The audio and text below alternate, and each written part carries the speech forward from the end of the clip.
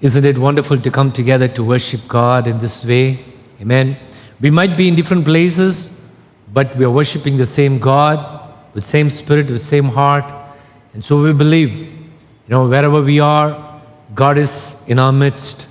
Amen. And that is the great blessing and the greatest blessing that we can say that we have received in this life. Amen. And not only that, we as a church are fasting and praying. Amen. 21 days. And God, by His grace, has brought us this far. And we have entered into the second week. And even in this week, I want to tell you, encourage you, don't quit, don't stop, press on, keep seeking God. And God is doing some wonderful things in our midst. God is preparing our church to take us to the next level. Amen. Not just for the sake of telling, I'm telling you this. I believe in my heart that this is what God wants to do in our church. When God is preparing us to move us to the next level. Amen. So God is strengthening us. Let's move on and let's continue to seek God. As we are fasting and praying, and I strongly believe a lot of things are happening in our lives. And a lot of things are happening in our family. Things are changing. Amen. Things are getting better. And things are getting stronger. Yes, I hope you are able to see that. Amen. And when you talk about fasting and prayer, what are the words of Jesus about fasting? Jesus, in the book of Matthew chapter 6, we call it as the Sermon on the Mount. This sermon, these teachings are so important for every child of God, for everybody who says that I am a follower of Christ, I am following the teachings of Christ. These are the important teachings of Jesus Christ. In this, he talks about prayer, he talks about giving. Especially in this chapter, he talks about giving, then he talks about prayer, then he talks about fasting. And I believe all three of these, and later you see he talks about how we need to live our life, how we need to handle tough situations. Amen. So all these things are intertwined. Everything starts, by seeking the Lord.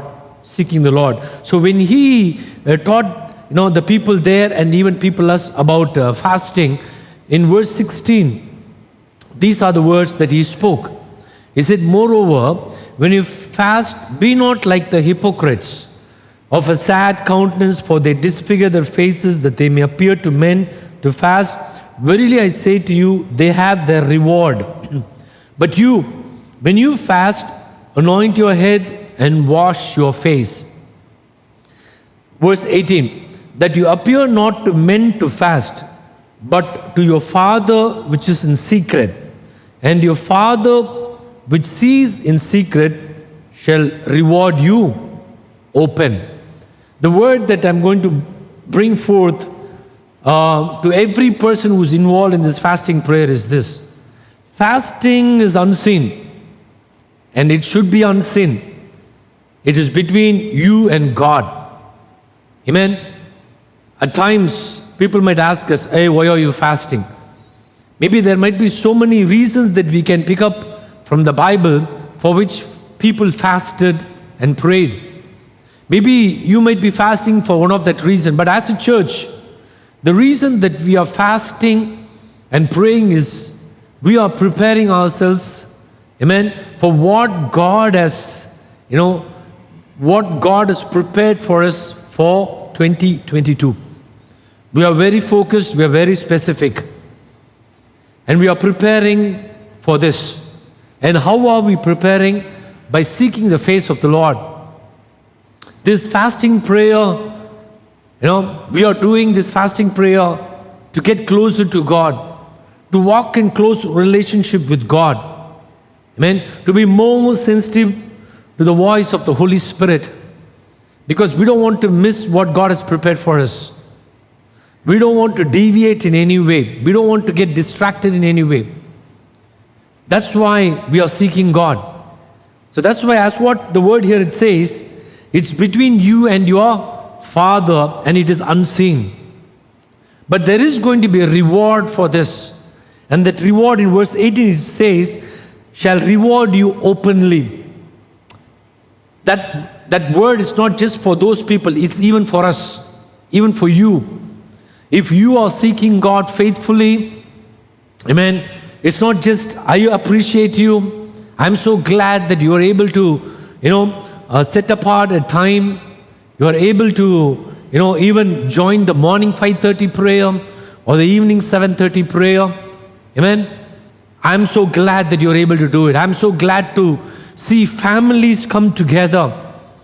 I'm so glad. My heart rejoices when I see children seated there in the fasting prayer. Young people seated there in the fasting prayer. Amen. I want to tell you, church, there is the reward for you from your heavenly Father, and that reward is going to be open. It's going to be displayed. It will be displayed. Amen. It will be displayed in your work. It will be displayed in your life. It will be displayed in your relationships. It will be displayed in your business. It will be displayed in the place where you live. It will be displayed among your family and friends. Amen.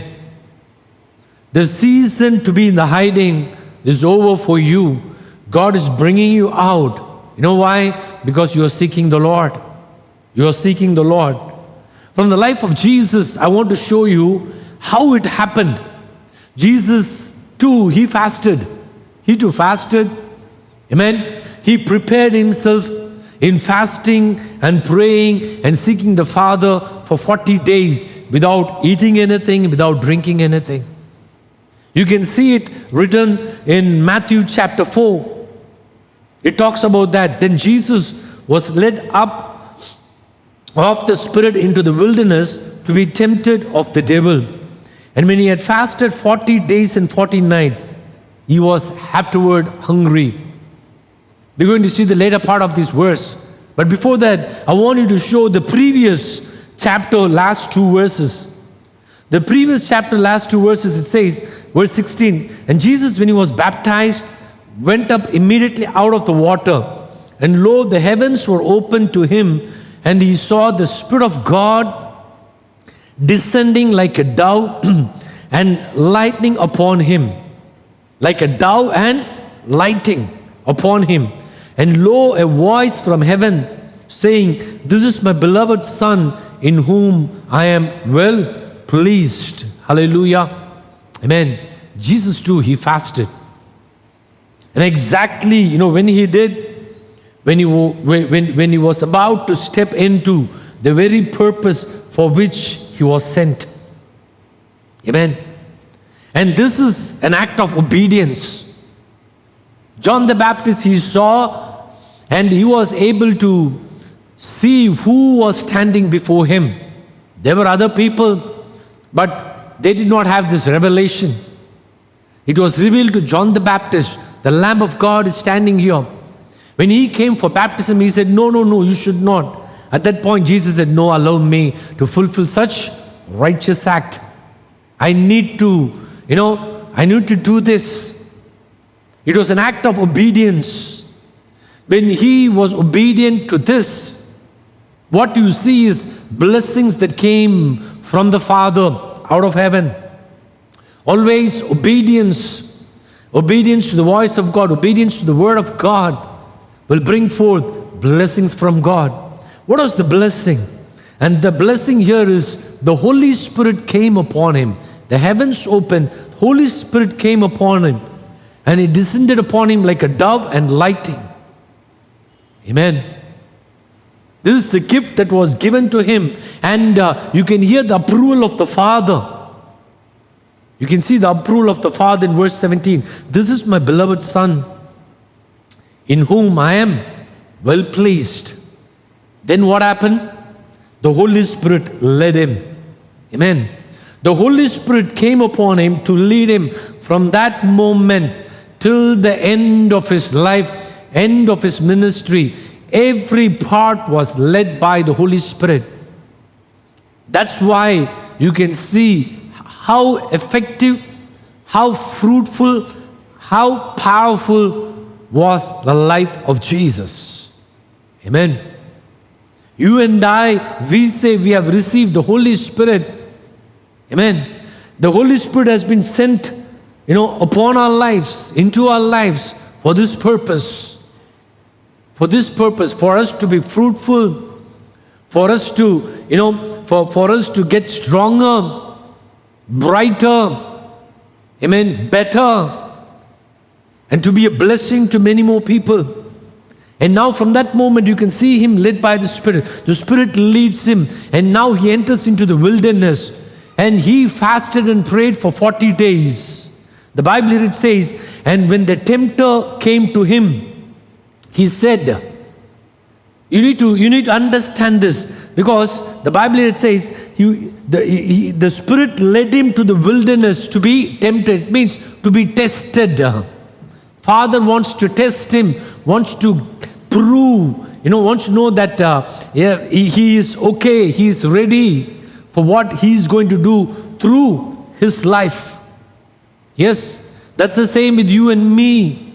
Amen. God allows us into certain things. Those are not temptations to finish us, to destroy us. Those are the tests to make us to move into the next level. And who is there with us? The Holy Spirit is there with us to help us. And God has given us His Word. And now you can see from verse 3 that thrice the enemy came to tempt him. From verse 3, when the tempter came to him, he said, if you be the Son of God, command that these stones be made bread. But he answered and said, it is written, man shall not live by bread alone, but by every word that proceeds out of the mouth of God. This is the first time he was tempted. And first time when he comes, he said, hey, if you be the Son of God, okay, turn this stones into bread. And what was Jesus' response? He did not give in to that temptation. It was very provoking. Amen. It was very challenging to his identity. It was very challenging to his authority. But verse 4, this is how he responded. He said, hey, it is written. He gets back to the word. And he said, it is written, man shall not live by bread alone, but by every word. Amen. And then the next time, verse 5, then the devil takes him up into the holy city and sets him on a pinnacle of the temples and says to him, if you be the Son of God, cast yourself down, for it is written. Oh, beautiful, right? In verse 6, first time he came and he said, hey, if you are. And when Jesus used the word to, destroy his act of temptation, he comes again. The second time when he comes, he is coming with the word. Now the devil is using the word. So you need to be careful about who is using the word. Yes, we need to be careful. And he says, it is written, that if you jump, the angels will catch you. Then Jesus said to him, it is written again, you shall not tempt the Lord your God. And he comes back to him and says, hey, don't try to tempt God. You should not tempt God. Amen. And verse 8, again the devil takes him up into an exceeding high mountain and shows him all the kingdoms of the world and the glory of them. I don't know how he did. He did it. In a moment, he showed the very purpose for which he has come. Amen. The dream, the vision, the passion, how it will be. All that you have, the devil shows, hey, this is how it is. And he said, all these things I will give it to you if you will fall down and worship me. Then says Jesus to him, get you from here, Satan, for it is written, you shall worship the Lord your God, and him only shall you serve. Verse 11, then the devil leaves him, and behold, angels came and ministered to him. Amen. Thrice he was tempted. Thrice he overcame the temptation through the word of God. Then the devil left him. And the Bible says, the angels came and strengthened him. I want you to understand this. In what all ways it comes to you and me. Amen. Yes, even this 21 days, of fasting prayer, it's not easy. It is not going to be easy. In the very first week, definitely you would have faced many challenges. Amen. Yes, physically, spiritually, emotionally, you would have faced. Usually they say the 4th and 5th day is very hard. Amen. It's very hard. Yes, your body goes through a process. Actually, there is a great cleansing that's happening even physically. How much more when we eat God's word and stay in God's presence, the same things happen emotionally. Amen. Emotionally, even in the inner man, a lot of things are happening. The devil is not happy about it. He will come tempting. Amen. He will come tempting. Just like that, things will change. Things will happen to upset you in your job, in your work. Amen. In your business, in your family. And there will come even a thought to say, hey, okay, let's quit. Let's stop. Don't give up. Don't give up. It's the Holy Spirit who will strengthen you, who will bring you strong. Don't give up. Temptations will come. You can see here how all it came. The first time when he came, the devil came in verse 3 and 4. It says, hey, you can do it. What was he trying to tell? He was telling, who you are. You are the Son of God. He's touching that identity part. His personality, his identity, his self, his human strength and self is being touched by using and telling, you are the Son of God. That's how most of the time it comes. Hey, you say that you are a child of God, and also you have this strength. You are in that position. The devil will come to tempt us in the area of self. The self was tested here. And he overcame that through the word. And how did Jesus respond? Through the word. And what word he said? He said, man shall not live by bread alone, but by every word. And what does it mean? He's telling, hey, my identity, right? Myself, who I am, does not depend upon what you say. It depends upon what the word says. Amen. And in this place, he is staring and hitting the pride part of Jesus. Amen. Trying to hit that place. Telling, hey, you are the Son of God. You can do it. The devil does in two ways. Either he will provoke them. He will provoke us to get proud, or he will totally destroy us to not to have any identity what God has given us. Either he will say, hey, you can do it, you can do it. You are able to do it. That's what the world's slogan is now. You can make it, you can do it. And the other side, the devil comes in different ways, say, hey, what? Are you a child of God? Now what about reading the Bible? You're reading the Bible, but I don't think you can make it. I don't think you can achieve it. You have such a big dream. You have these promises. See, it did not happen. I don't think it is possible. You cannot make it. You cannot do it. You are nothing. You don't have this in you. Look at the other people. They have it. And he will use that to destroy the identity what God has given us. We are his children, washed by the blood of Jesus, filled with the Holy Spirit. We are his inheritance. If you believe, say amen. Right? When God brought the word, when Jesus brought the word and he said, hey, my identity is in God's word. He did not leave there. And second time he comes. And at this time he was telling, okay, first time I told you, you can do it. Now I'm telling, do it now. Because he spoke the same thing.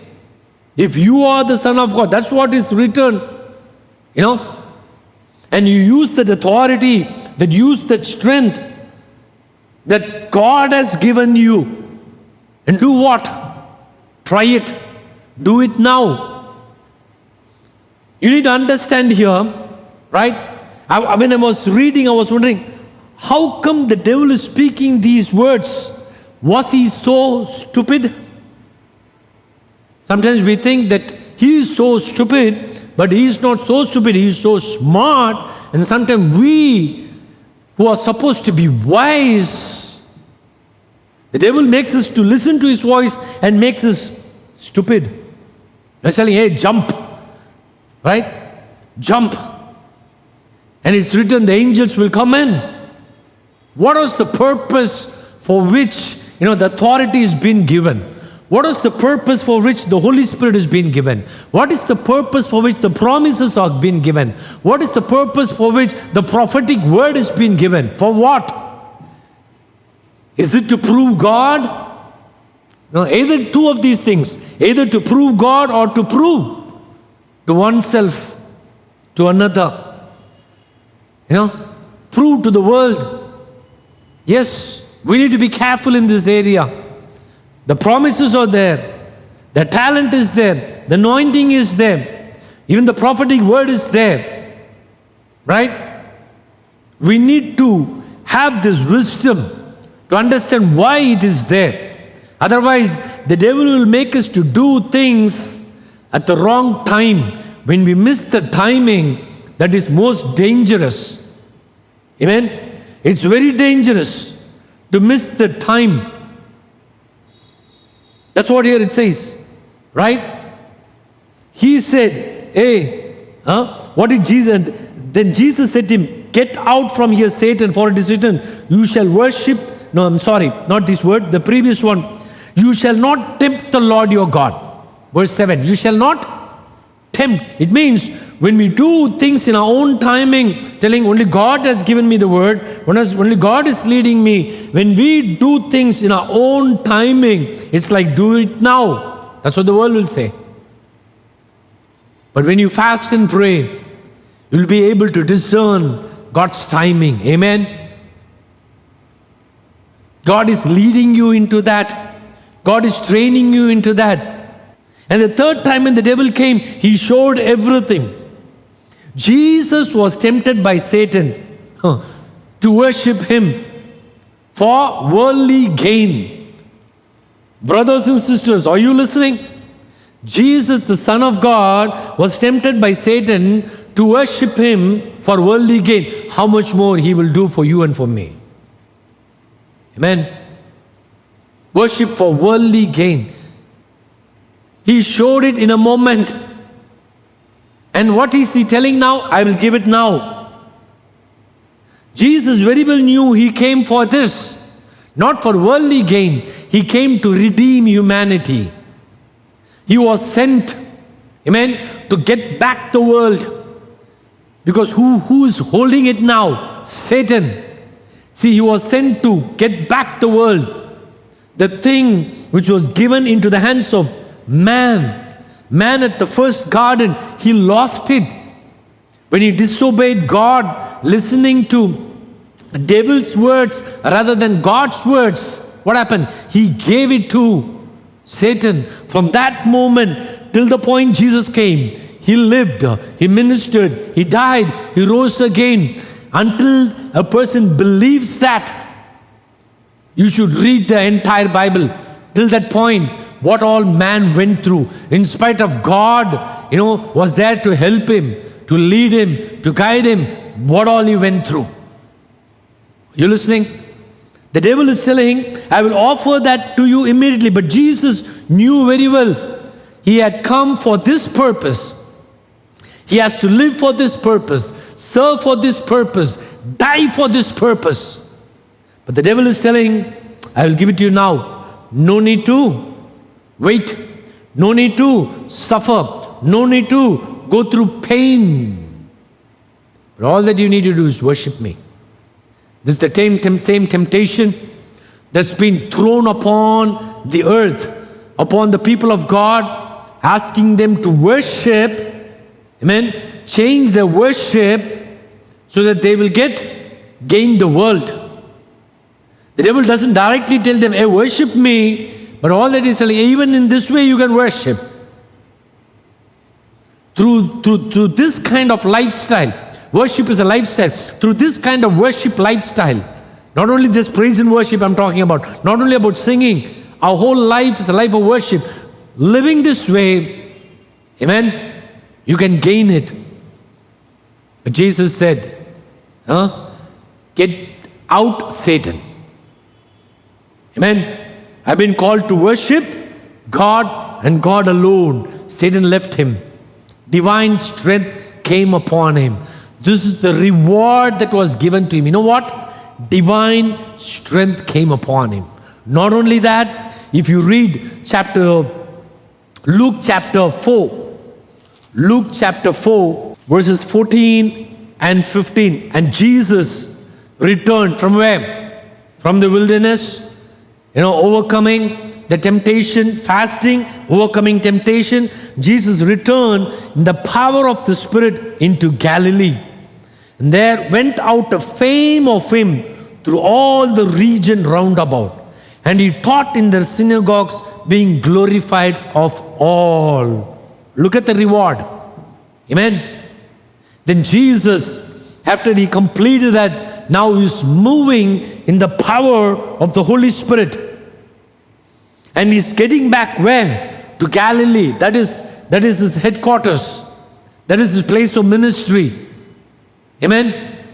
It's through that region he's going to start the ministry now. He's going to establish the purpose for which he has come. When he went back to that place, how did he go? The power of the Holy Spirit. Are you listening? Church, amen. When you get back, when you finish your fasting prayer, you're going to get back to your job, get back to your business, get back to your studies, get back to your family, or get back to whatever you do, ministry. When you get back, you are going to experience the power of the Holy Spirit. If you believe, say amen. Amen. The power of the Holy Spirit. And when he started to minister there, what happened? His name, amen, became popular, became famous. Not because of anything else, because of the power of the Holy Spirit. Amen. These things will happen if you believe. Amen. There is a season for you to be in the hiding, and it's over. God is going to bring you to the limelight. For what? For the kingdom purpose, not for anything else. For the kingdom purpose. Yes, He's going to bring you out to the place where you live, and God will make you successful. God will make you fruitful. God will make you known to all the people around you. If you believe with me, say amen. Amen. Yes. And from that time, you know the story. What all happened? Jesus preaching, teaching was powerful. His prayer was powerful. He gave hope to people, life to people. Amen. Dead things came back to life. He healed people. Amen. And he gave hope to the lost people who were there. That's how you're going to see your life change as you move on in your fasting prayer. Then as you complete, as you move on living for God, this is what's going to happen. Hallelujah. Amen. I strongly believe this is what God wants to do, in your life, in my life, in the TWC family. This year, if you believe, say amen. God wants to lead us through, through preparation right now, then towards the works of the Spirit, the gifts of the Spirit, the fruit of the Spirit. Amen. Then God wants us to see the fruit that's going to come out of it. Now, what is the fruit? Treasures out of darkness, riches from deep places. If you believe, I want you to close your eyes. We're going to pray. Amen. I want you to lift up your voice and give thanks to God. Come on, church. Give thanks to God. Tell Him, Lord, thank you Thank you, Holy Spirit, as how you led Jesus into the wilderness to pray. You have led us the beginning of this year to spend time in your presence in fasting and prayer. Thank you for your strength. Thank you for leading us. As how Jesus overcame the temptation, yes, we have overcome and we will overcome. So we praise you, O God. Can somebody join with me in praising God? Thank you, Lord. We are going to grow from strength to strength. Amen. Yes. And as we seek you, O God, thank you. Tell him, thank you, Lord, for the spirit of wisdom, for the spirit of discernment. Yes. For what and why you have given us authority, anointing, gifts of the Spirit. And for when. This is the way that we are going to grow. We thank you for it, O God. We thank you. Yes, as how Jesus went back to Galilee, Lord, we are going to get back to our places of work, business, place where we live, and we're going to, Lord, experience the power of the Holy Spirit work through our lives. And it will be seen. If you believe, say amen. It will be seen. Fasting is unseen, but the reward will be seen. Thank you. Father, we come before your presence with a thankful heart. We thank you for your word. Lord, what you have spoken from your life, we take it into our hearts, take it into our lives. And Lord, the lessons that we learned, help us to apply it in our life.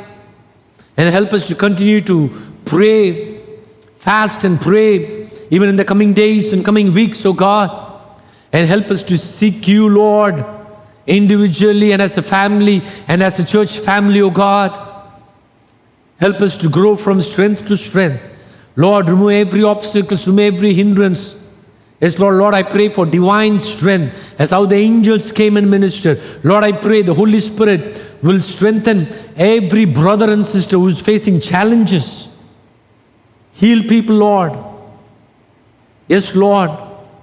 Put joy into their lives, hope into their lives. Let people understand there is a future for me. And the future is in the hands of God. So I seek the face of God. Bless each and every one by name. Thank you, Lord. Thank you. Lord, we pray that you will completely remove, Lord, this virus out of this earth, O Master. Yes, Lord. Let this pandemic end, O God. End, O God. Let people get healed in Jesus' name. And help us to get back to normal life, to live, to build your kingdom, to bring glory to your name, O God. We thank you, we praise you. In Jesus' mighty name we pray. Amen. Amen.